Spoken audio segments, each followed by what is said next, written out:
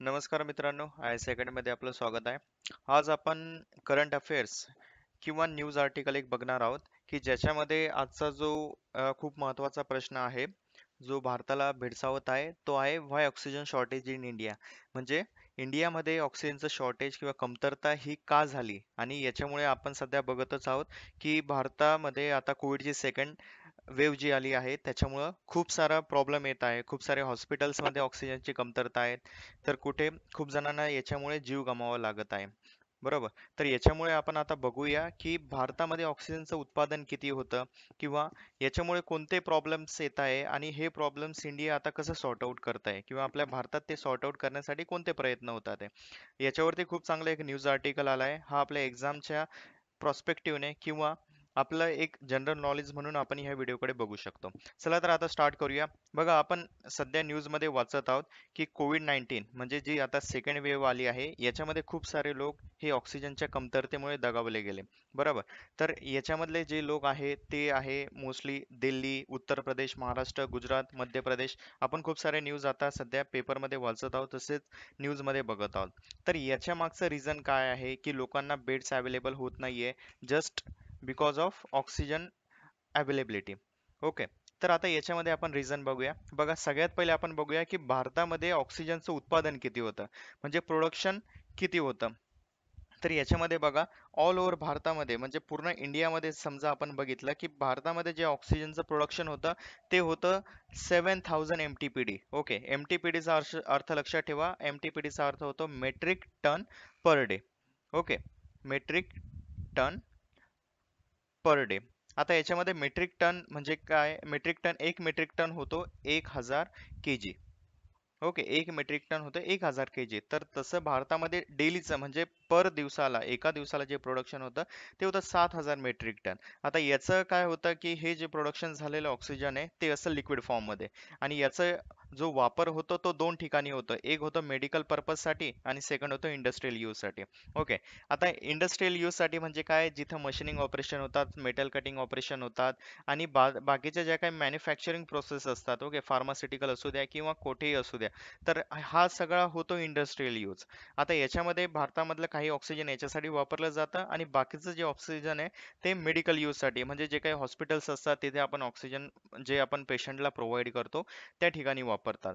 तर ह्या पद्धतीने त्याचं दोन टाईप होतात. ओके. मेडिकल यूज आणि इंडस्ट्रियल यूज. तर याच्यामध्ये आपण बघितलं की 7,000 मेट्रिक टन भारत एवढं प्रोड्यूस करतोय.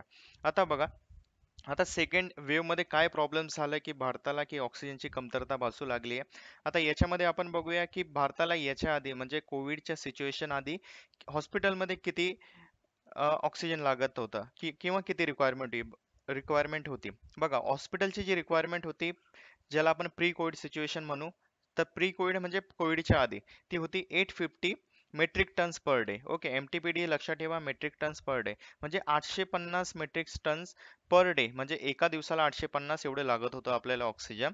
पण आता काय झालं की सेकंड वेव्ह आली. आता सेकंड वेव्ह आल्यामुळे बघा, हा जो 850 चा आकडा आहे तो directly 5,000 metric tons per day, म्हणजे 850 ची रिक्वायरमेंट गेली ती 5,000 मेट्रिक टन्स वरती.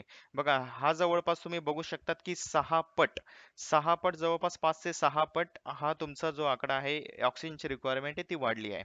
ओके. आता याच्यामुळे काय झालं? याच्यामुळे झालं असं आहे की एखादं हॉस्पिटल असेल, त्याची जी कॅपॅसिटी, समजा तिथे एक टँक तुम्ही बघितली असेल, आता सध्या तुम्ही खूप चर्चेचा विषय झालाच आहे तो. या पद्धतीने एक मोठी एक टाकी तिथे बसवलेली असते. आता ह्या टँकची समजा कॅपॅसिटी 10,000 मेट्रिक टन असेल. ओके.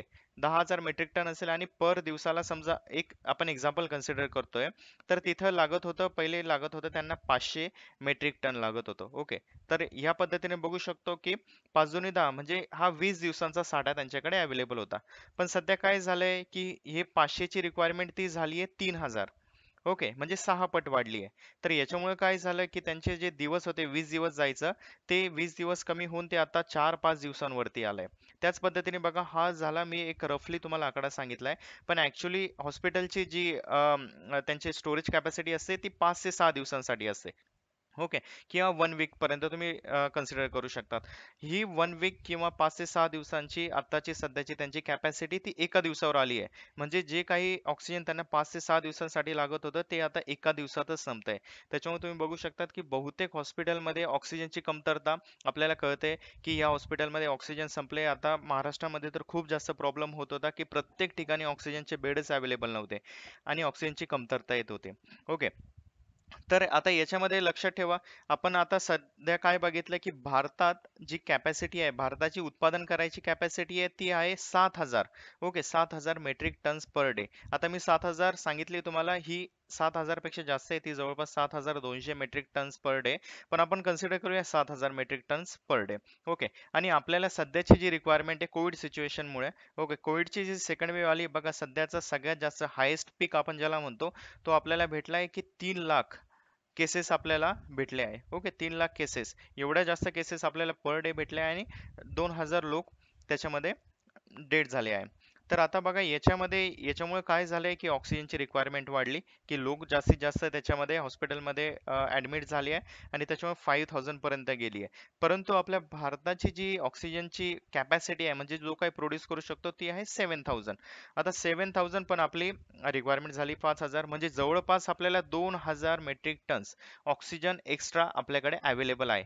जर आपण हे आकडे बघितले तर आपल्याला कळतं, की भारताला ऑक्सिजनची कमतरता भासायला नको. राईट. मग प्रॉब्लेम काय होतोय, की हे 2,000 मेट्रिक टन आणि बघा, जे इंडस्ट्रियल यूज साठी जो ऑक्सिजन होता, तो पण आता सध्या आपण बंद केलाय. फक्त फार्मास्युटिकल साठी आपण पाठवत आहे. ओके. आणि तो पण खूप नगण्य आहे. तो आपण काउंटही करू शकत नाही, एवढा कमी आहे. तर इंडियाकडे, भारताकडे खूप जास्त ऑक्सिजन अवेलेबल असूनही तो लोकांपर्यंत जात नाहीये, किंवा ह्या सगळ्या राज्यांना ऑक्सिजनची कमतरता का भासवत आहे? तर याच्यावरती बघा 2-4 पॉइंट्स आहे, खूप इम्पॉर्टंट आहे, की सगळं काही जास्त म्हणजे सरप्लस प्रमाणात असतानाही आपल्याला शॉर्टेज ऑफ ऑक्सिजन का येतं? तर सगळ्यात पहिले रिझन असं कन्सिडर करू शकतो आपण, याच्यामध्ये सांगण्यात येत आहे, की एक्सपोर्ट ऑफ ऑक्सिजन, म्हणजे भारतातून ऑक्सिजन जो काही निर्यात करतो आपण, ओके, एक्सपोर्ट आपण जो काही करतो, तर याच्यामध्ये काय झालंय, की मागच्याच वर्षी म्हणजे फायनान्शियल इयर 2020 मध्ये भारताने जवळपास 4,502 मेट्रिक टन एवढा ऑक्सिजन आपण बाहेर निर्यात केला आहे, म्हणजे दुसऱ्या देशांना पाठवला आहे. तर याच्यामध्ये जो मॅक्सिमम पाठवलेला जो देश आहे, तो आहे बांगलादेशला आपण पाठवतो. आणि मोस्टली याचा जो यूज आहे, तो त्यांचा जो यूज आहे, तो आहे इंडस्ट्रियल पर्पजसाठी. ओके. तो आपल्याकडे सरप्लस प्रमाणात होता. तर आपण आता बघूया, की फायनान्शियल 2020 मध्ये आपण एवढं बाहेर पाठवलं आहे. आता जर बघितलं आपण, की कोविडची जी फर्स्ट वेव्ह होती, कोविडच्या फर्स्ट वेव्ह मध्ये असा काही प्रॉब्लेम आपल्याला आला नव्हता, की ऑक्सिजनच्या कमतरतेमुळे लोक गेली आहेत, किंवा ऑक्सिजनची कमतरता इंडियामध्ये भासत आहे. आता हा प्रॉब्लेम का नव्हता? समजा आपण सप्टेंबर मध्ये जर बघितलं, तर सप्टेंबर 20 मध्ये जो काही भारतामध्ये कोविडचा पीक होता, तर याच्यामध्ये सगळ्यात जास्त ऑक्सिजनची जी रिक्वायरमेंट होती, ती होती 2800 metric tons per day. Okay. ही होती 2800 मेट्रिक टन्स. बघा, आजची जी रिक्वायरमेंट आहे, ती आहे 5,000 मेट्रिक टन्स पर डे. आणि ही रिक्वायरमेंट दररोज डेली वाढत आहे, कारण केसेस एवढे जास्त समोर येत आहे. ओके. जर तुम्ही सप्टेंबर 20 मध्ये बघितलं, तर मॅक्सिमम जी रिक्वायरमेंट झाली होती ती 2800. आणि 2800 ही खूप छोटी टर्म्स आहे ऍज कम्पेअर टू इंडियामध्ये जे काही प्रोडक्शन होतं तिथं. त्याच्यामुळे भारताने खूप साऱ्या प्रमाणात ऑक्सिजन आपण बाहेर पाठवू शकत होतो. आणि याच्यामुळे ही काही प्रॉब्लेम्स आली आहे असं आपल्याला काही वाटत नाही. आता पुढचं बघूया आपण, की सेकंड प्रॉब्लेम जो काही दाखवतोय, तो आपल्याला अनइवन डिस्ट्रीब्युशन. अनइवन डिस्ट्रीब्युशन म्हणजे काय, की जे काही ऑक्सिजन आपण प्रोड्यूस करतो, हा एकाच राज्यामध्ये होत नाही, तर हा भारतातल्या अनेक राज्यांमध्ये होतो. ओके.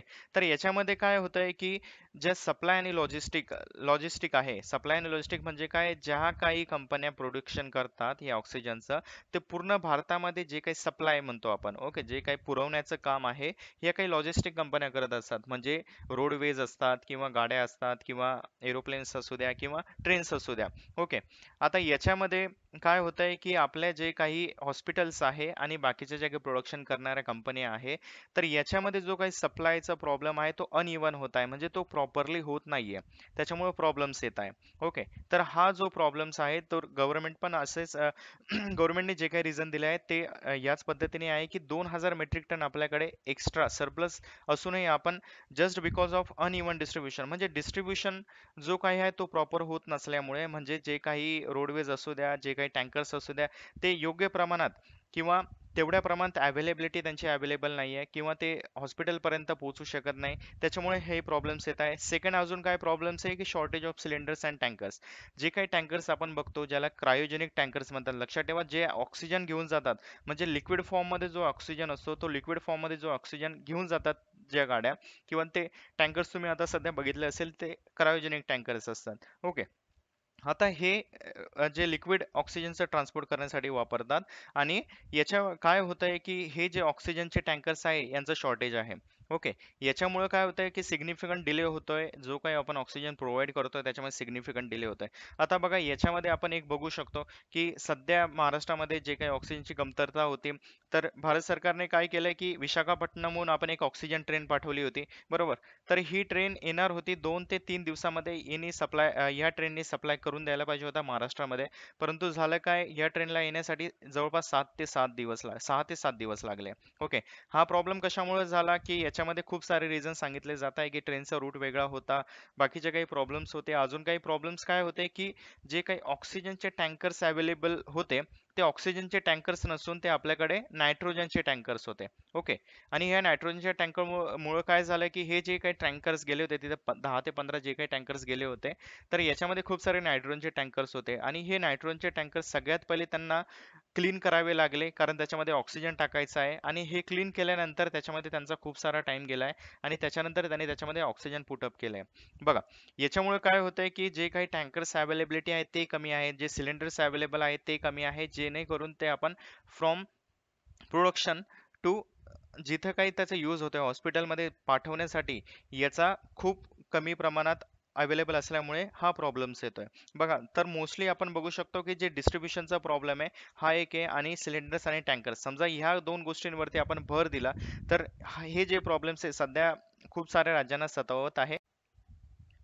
आता याच्यावरचे पॉसिबल सोल्युशन्स बघूया. बघा सगळ्यात पहिले जो आहे याच्यामध्ये सोल्युशन तो आहे की यूज ऑफ ट्रेन्स.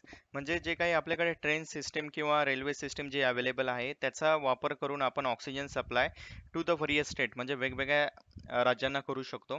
बघा आता सध्या आपण जी ऑक्सिजन एक्सप्रेस बघितली आहे ती विशाखापट्टणम ते महाराष्ट्र म्हणजे या वेगवेगळ्या राज्यातून ती आपण असं सप्लाय करू शकतो आणि याच्यामध्ये काही ग्रीन कॉरिडॉर्स आहे आणि बाकीच्या काही सिस्टम ट्रेनने अवेलेबल करून दिल्या आहेत ज्या काही फास्टेस्ट ट्रेन आहे किंवा ज्याच्यामध्ये ते ट्रॅफिक कमी करून लवकरात लवकर हा सप्लाय आपल्याला देऊ शकतात. तर आपण याचा यूज केला पाहिजे की सध्या आणि सेकंडली आपण जो काही याची फर्स्ट ट्रायल घेतली होती याच्यामध्ये खूप जास्त दिवस लागले आणि हा जो टाइम आहे जो टाइम डिले झाला आहे तो डिले टाइम कमी करून समजा आपण ह्या ट्रेनचा यूज केला तर ह्या खूप जास्त प्रभावी ठरू शकतात. आता सेकंड काय आहे की याच्यामध्ये आपल्या गव्हर्नमेंटने डिसिजन घेतला आहे की 50,000 मेट्रिक टन ऑक्सिजन आपण आयात करणार आहोत बाकीच्या देशांकडून. म्हणजे जे काही देश आहे जे काही निर्यात करू शकतात म्हणजे ज्यांच्याकडे सरप्लस प्रमाणात ऑक्सिजन अवेलेबिलिटी आहे तर अशा कंट्री आपण शोधत आहोत त्यांच्याकडून आपण मॅक्सिमम 50,000 मेट्रिक टन एवढं सरप्लस ऑक्सिजन आपण काही दिवसातच अवेलेबल करणार आहोत. जेणेकरून भारतात येणारे जे काही प्रॉब्लेम्स आहे सध्या आपल्याकडे 7,000 मेट्रिक टन एवढं आपण पर डे प्रोडक्शन करू शकतो की आणि हा जो 50,000 मेट्रिक टन आल्यानंतर बाकीचे जे काही प्रॉब्लेम्स आहेत ते लवकरात लवकर सॉर्ट आउट होतील. कारण बघा कोविड केसेस या खूप जास्त वाढत आहे डे बाय डे आणि याच्यामध्ये पीक कधी येईल आता आपण सांगू शकत नाही आणि याच्यामध्ये बेड्स अवेलेबल्स नाही.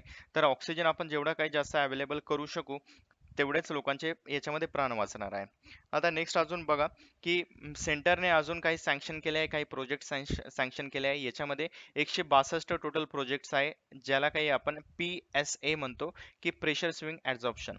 तर याच्यामध्ये आपण काय करतो की कॉन्सन्ट्रेटेड एअर करतो आणि याच्यामधून आपण ऑक्सिजन प्लांट्स हे अवेलेबल करतोय डायरेक्टली हॉस्पिटल जवळच. ओके. जिथे काही हेल्थ केअर फॅसिलिटीज आहेत तिथे असे टोटल 162 प्लांट ऑल ओव्हर इंडियामध्ये आपण करणार आहोत.